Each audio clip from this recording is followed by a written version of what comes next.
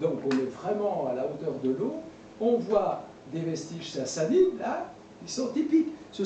Alors là, ils utilisent des galets avec du mortier, du béton.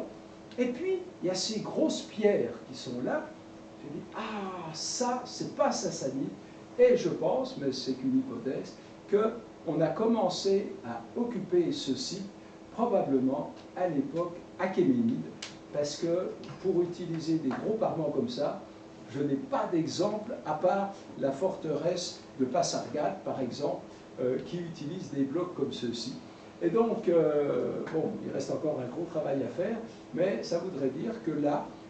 on a pu, pendant 700 ans minimum, habiter, vivre, avoir une activité économique. Et aujourd'hui, ben, c'est ravitaillé même pas par les corbeaux, parce que j'ai pas vu de corbeaux là-bas, il y avait des chauves-souris dans le tunnel,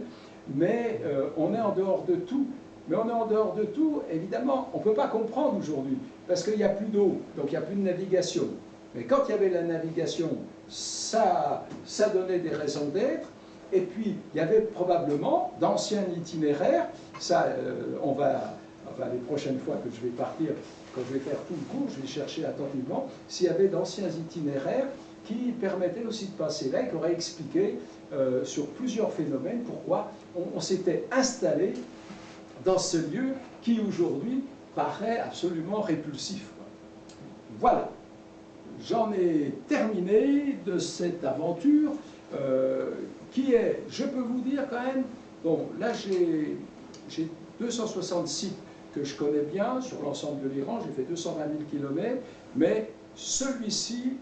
en dehors de toute agglomération, puisqu'il faut prendre la piste dans le territoire Ashraï, après 1h30 au moins de rando, puis après on grimpe, arriver dans ce monde-là et voir ces aménagements-là, pour moi c'était assez sidérant, mais je ne désespère pas d'en trouver d'autres, parce qu'une fois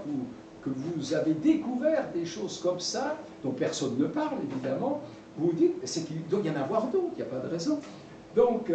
voilà, mes prochains objectifs, entre autres, voilà, ça va être de faire les 530 km, peut-être que dans 4 ans, parce qu'il faudra peut-être ce temps-là, je reviendrai vous montrer toutes les traces d'activité humaine de l'époque sassanide, de l'époque achéménide, de l'époque ilkhanide, je ne sais quoi, que le Mande a pu dégager, voilà, et de ressusciter ce cours d'eau, parce qu'il a eu une histoire qu'il n'a plus aujourd'hui, dommage, mais c'est comme ça, c'est la vie de la planète.